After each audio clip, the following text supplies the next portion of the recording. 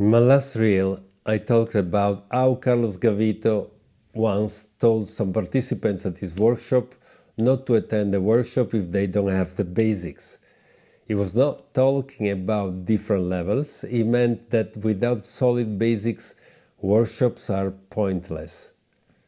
On that same occasion, he said something else very important. He said, in today's capitalist mindset, people believe that simply paying is enough to magically develop the same skills as the teacher has.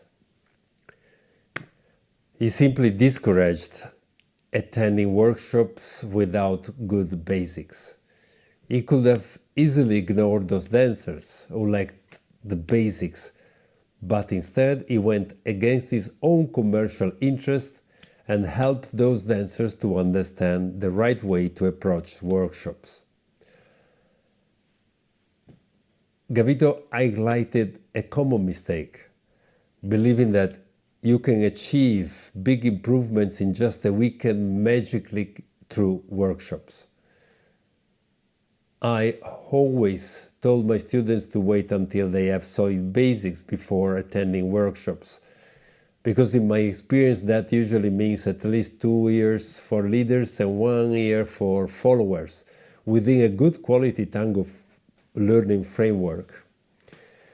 Especially leaders should study constantly with the same teacher until they truly internalize the basics needed to dance in a milonga. In this consumerist context, workshops can seem like a shortcut for beginners who want results without putting in the necessary effort. But the only real way, in my view, to become a good leader is constant study with one teacher until the basics are fully understood and internalized. Only once those basics are solid, you can begin to experiment and play. Without basics, nothing works. And workshops should never replace a local tango teacher running a weekly course.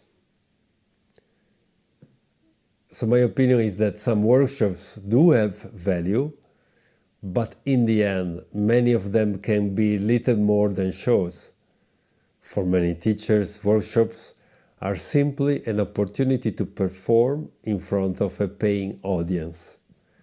It often comes down to a demo, a round of applause, a selfie, and the illusion of having acquired the performer's skills magically. So don't waste your time and money just being part of an audience that just claps and does not learn. Don't attend workshops if you don't have the basics. And once you do, choose carefully. First of all, choose a teacher that has your type of body. For example, I'm tall and slim, so I can't choose a short and fat teacher. In tango, the dynamics of the movement change a lot depending on the type of body one has. So you need to choose a good teacher that can give you something extraordinary, something that your local teacher cannot give you. So don't choose a teacher to copy, but choose a teacher to learn from, someone who helps you to bring out the tango that is inside you.